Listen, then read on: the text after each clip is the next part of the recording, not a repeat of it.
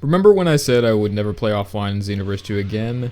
Yeah, now that online has finally hit that frustrating level, I kinda have to if I want to show off how my builds can be really fun to use. Anyway, it's been a while since I did my last build video, hasn't it? What was it, like a month ago I did my male Majin? Well, as much as I wanted to do a different race for the next build, the one I had cooking up for my female Majin was just too good not to make a video on it as fast as possible. As per the format of my builds, we'll be starting off with the stamina break combos. Now in my previous builds, I overcomplicated those combos by opening them from the basic weak attack combo for each race. So from now on, I'll properly explain how each one can be done. But before I get to any to the female Majin specific combos, there are a couple that can be done easily with every race. One of them is done by knocking an opponent away with the YB attack, or triangle and circle if you're on PlayStation, pressing A and flicking the left stick left or right to dash behind them, and then using either a light or heavy stamina break.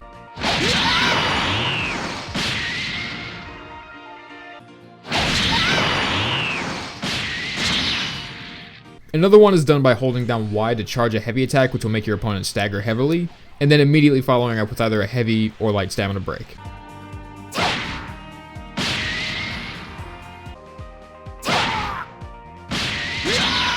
Those are all really easy, and they're all stuff that other races can do. I should mention, however, that the Frieza race for some reason has a weird camera bug. I don't know exactly what's wrong with it, but whenever you do that knockback attack with Y and B, for some reason, the camera will wind up in a spot where you don't expect it, and I don't know why that happens, but it only seems to ever happen with the Frieza race characters.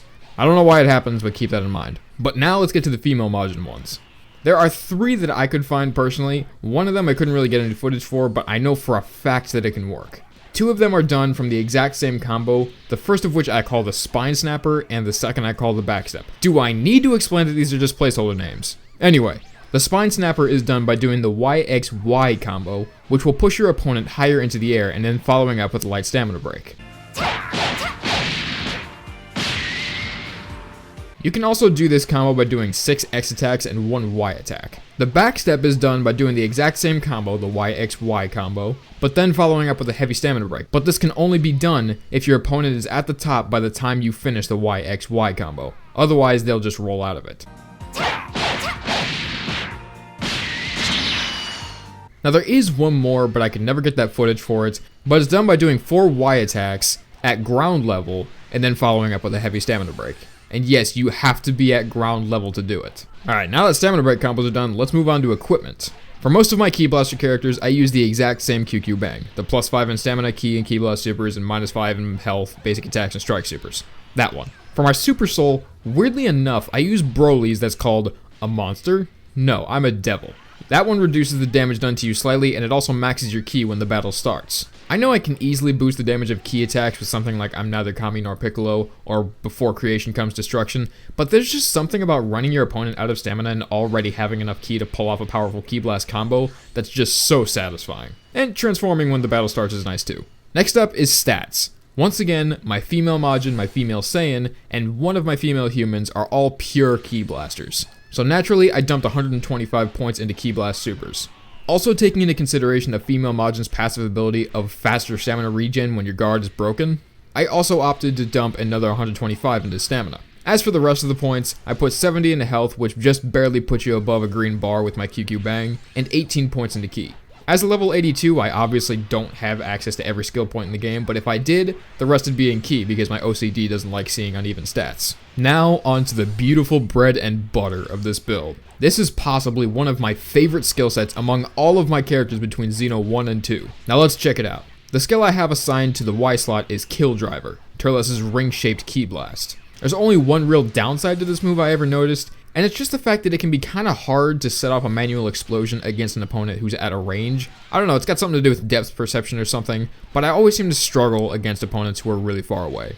Other than that, it's a pretty strong move. Next on my X slot is Frieza's Death Beam. What really is there to say about the dreaded Death Beam? It's fast, it's reliable, it's damaging, and it goes nicely with the next skill. So on the B slot, I have Murder Grenade. At first I thought it was just a gimmicky move and looked kinda cool, but then I watched a video of Syriax using it, and now it's pretty much a staple to my build. And finally, on my A slot, I honestly could not decide between Mighty Explosive Wave or Godbreaker. I don't use that slot often, but more or less, I use it for counter and defensive moves. As for ultimates, both of these are my babies. I will never replace any of these moves. My Y ultimate is Kid Boo's teleporting vanishing ball, which for some reason still will only hit if your opponent's guard is broken. And my X ultimate, everyone's favorite embarrassing finisher, is Giant Explosion.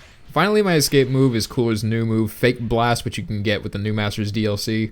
You may consider me a bit of an asshole for using it, since most just use it just to get a free stamina break, but I honestly never really use escape moves anymore. Why even bother with them when you can snap vanish out of most combos anyway? Now for the real reason you're here. You want to know exactly what makes this build tick. How is it used? What makes this build so strong? Well, let's talk about the tricks of this build. So let's start with the easiest one. This involves doing a simple 5x combo, or anything less, throwing a murder grenade which will lock your opponent into a column of energy, and as soon as they're pushed out, blast them with all 3 death beams.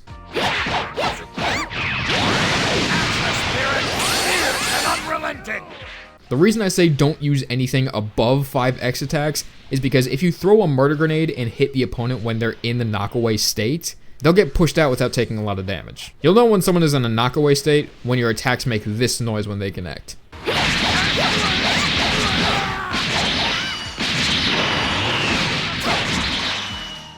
Anyway, another trick you can pull off with this build involves utilizing the Spine Snapper combo, immediately following up with a teleporting vanishing ball, and finishing with a fully charged kill driver.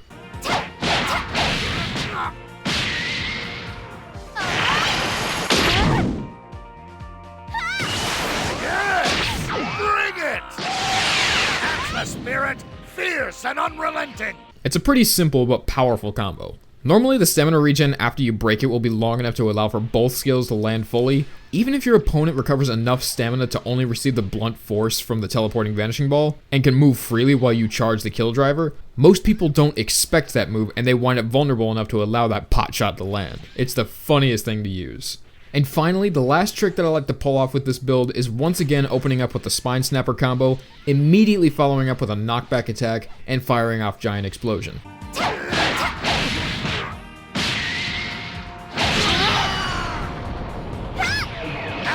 Spirit, fierce and unrelenting. While this combo isn't the flashiest or the most complicated, it's still one of the most satisfying finishers in this build. And if I'm not mistaken, Giant Storm is one of the most popular finishing moves in Xenoverse 2. Man, it really has been too long since I made a new build. So much so that I cannot wait to start making the next one, which will most likely be on either my Male Saiyan or my Frieza race character. However, as I said earlier, online is finally getting to that more frustrating stage in my playtime, and if I'm perfectly honest, as infuriating as offline is, especially with its glaring issues, at the very least I can reset the fight if I couldn't make the footage as entertaining as I can. Regardless, I'm willing to suffer through all of it if I can make something you guys seem to enjoy. I don't know if my next video will be another build, a guide, or maybe the debut for Final Fantasy 15 or Dark Souls 3 on this channel. We'll see, so look forward to that, and I'll see you in the next video.